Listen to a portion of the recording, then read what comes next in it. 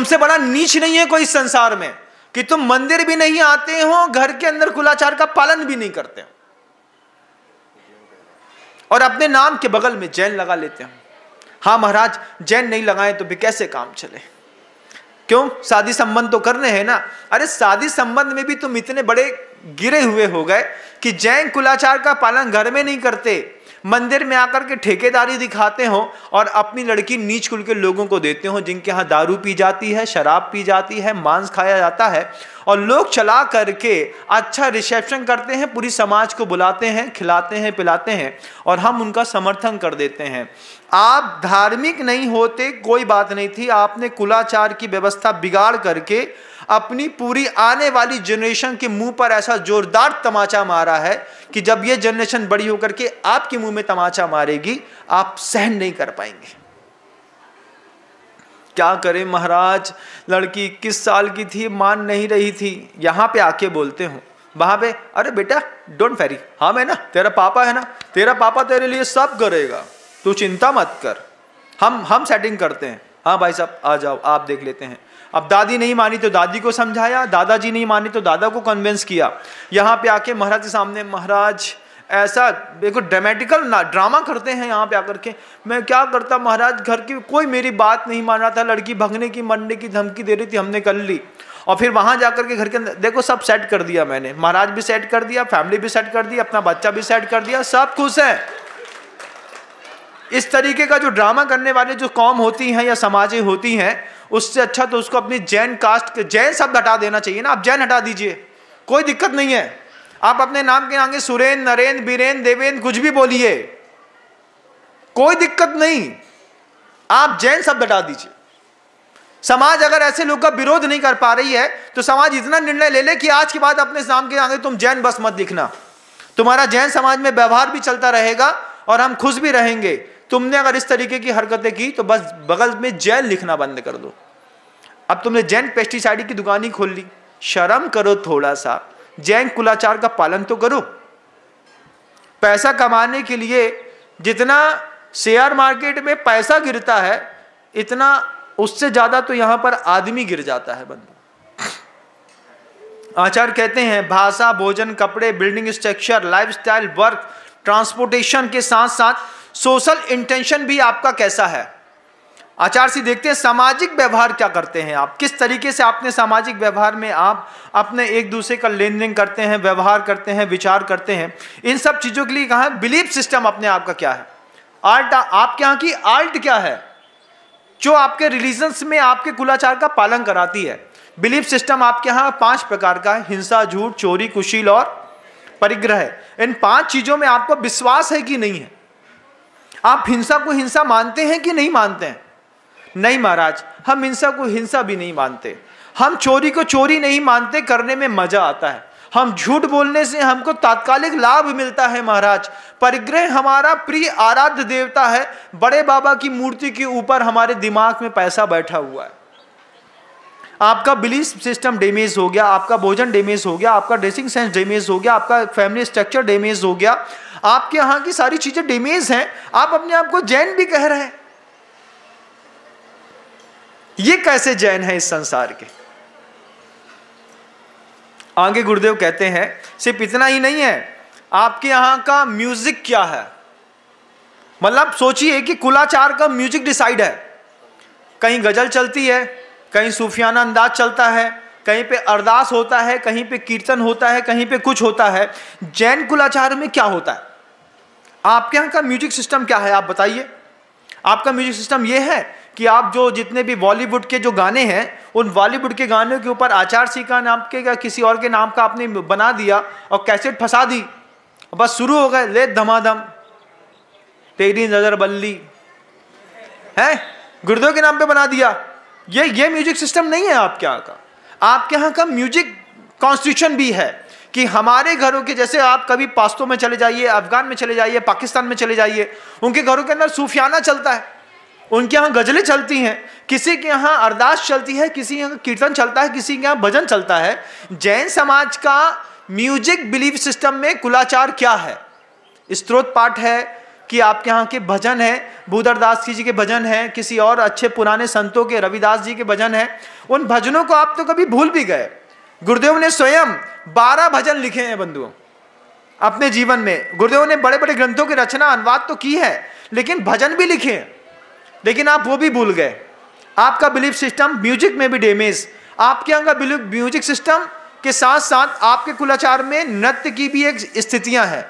हम डांस करेंगे तो कौन सा करेंगे, फोक करेंगे, क्लासिकल करेंगे, पंजाबी करेंगे, गरबा करेंगे। आप देखिए मारवाड़ी लोग गरबा करना पसंद करते हैं, वो उनका क्या है, वो उनका रिलीजियस डांस है। तो जैनों का रिलीजियस डांस क्या है, मंदिर के अंदर 7 बजे आते हैं, अच्छे से आरती करते हैं, प्रभु पतित पावन में अपावन चरण आयो शरण जी प्रभु।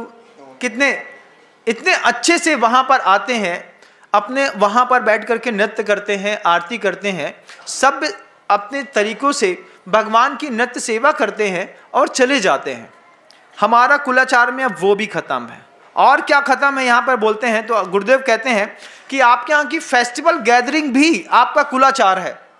महावीर जयंती निकल रही है और घर के अंदर बैठ करके हम चाय पी रहे हैं, समोसे खा रहे हैं, चटनी खा रहे हैं, कहीं कुछ कर रहे हैं। तो देखिए, आप सोचिएगा कि जिन लोगों के अंदर इतने आचारों की पवित्रता नहीं है, वो अपने फेस्टिवल में कितनी गजब की गैदरिंग करते हैं।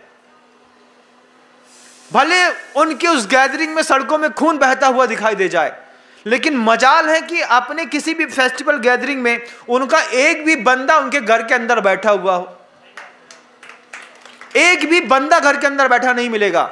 लेकिन जब आप यहाँ का जितना भगवान का मोक्ष कल्याणक मना रहे हो, आप महावीर जयंती मना रहे हो जो अभी आने वाली है 3 अप्रैल को, उस समय आपकी फेस्टिवल गैदरिंग ये डिसाइड करती है कि हम भले धार्मिक हैं या नहीं है, लेकिन गैदरिंग के मामले में अपने कुलाचार का हम पालन कर रहे हैं। आधे लोग जॉब पे गए हैं, पिताजी दुकान में बैठे हैं, 12 बजे के बाद लड़के को यह काम करना था तो मैं अपने काम कर रही थी। भगवान ने अपना डोल उठाया और खुद निकल करके घूम फिर करके 10, 20, 50 नारियल लेकर के 200-400 रुपया लेकर के भगवान मंदिर में वापस आकर के बैठ गए। इसके लिए भगवान को रोड पे निकाला था कि वो भगवान के निमित्त से तुमने अपनी यूनिटी पूरी दुनिया को शो करी थी कि हमारी शालीनता, हमारे संस्कार, हमारा नृत्य, हमारा डांस, हमारा भोजन, हमारा बिलीफ सिस्टम, हमारा कपड़ा, हमारी भाषाएं, आप एक साथ एक जयंती में सब देख लीजिए, आपको विश्वास हो जाएगा जैन कितना खूबसूरत होता है, कितनी खूबसूरत व्यवस्था है कुलाचार की। मैं आपसे मंदिर आने को नहीं बोल रहा हूं, पूजन अभिषेक की बात नहीं कर रहा हूं, धोती दुपट्टे की बात नहीं कर रहा हूं, मैं आपसे दान की बात नहीं कर रहा हूं, मैं आपसे आपके घर के अंदर होने वाले कुछ कॉन्स्टिट्यूशंस रूल्स की बात कर रहा हूं कि अगर आप धार्मिक नहीं भी हैं तो भी आप अपने घर के अंदर इस तरीके का सिस्टम मैनेज करिए, नहीं तो आपका घर डैमेज हो जाएगा। आपको मेरी बात समझ में आ रही है? आ रही है?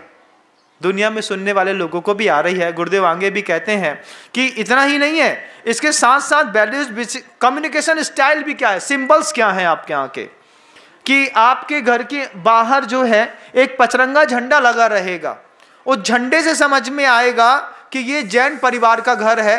तो दुनिया में कोई भी व्यक्ति कहीं भी जाए, दिल्ली का आदमी जबलपुर आ जाए या जबलपुर का आदमी यहाँ पे हैदराबाद पहुंच जाए, लेकिन अगर जैन के घर के बाहर अगर पचरंगा झंडा लगा है, अहिंसा परमो धर्म शब्द लिखा हुआ है, ये सिंबल बताता है कि भैया तुम दुनिया में कहीं से भी आए हो, अगर तुमको शुद्ध भोजन करना है तो दरवाजे की एक बेल बजा दो और अंदर घुसाओ, तुमको शुद्ध भोजन मिल जाएगा।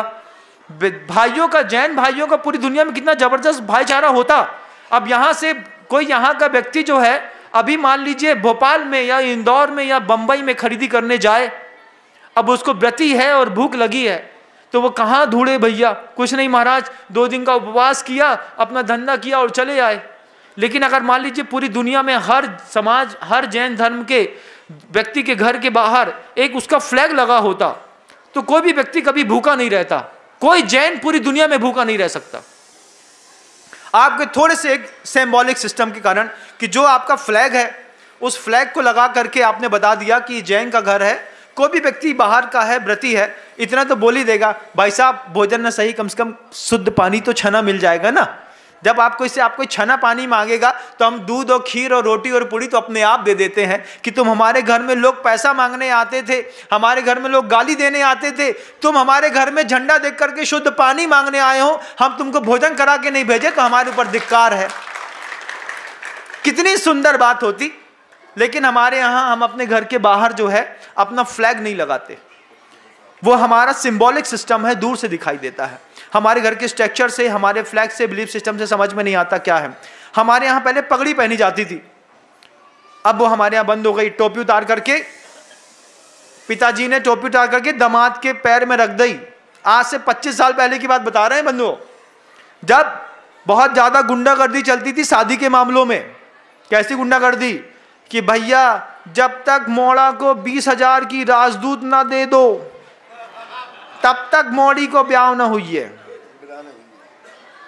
1.25 लाख रुपए लगते थे आज से 25 साल पहले अच्छे घर की लड़की की शादी करने में। उसमें डिमांड चलती थी कि राजदूत देनी पड़ेगी। राजदूत क्यों देनी पड़ेगी? क्योंकि राजदूत की खासियत थी कि बिना रोड वाली सड़कों में भी वो बहुत अच्छे से चल जाती थी। आज तो वो खत्म हो गई, लेकिन मैं उस चीज को बताना चाहता हूं कि जब किस तरीके की डिमांड करी जाती थी तो हमारे घर के दादाजी पिताजी जो होते थे सिर में टोपी और पगड़ी पहनते थे, तो ऐसे टोपी उतार करके रोज रोज दामाद के पैर में रख देते।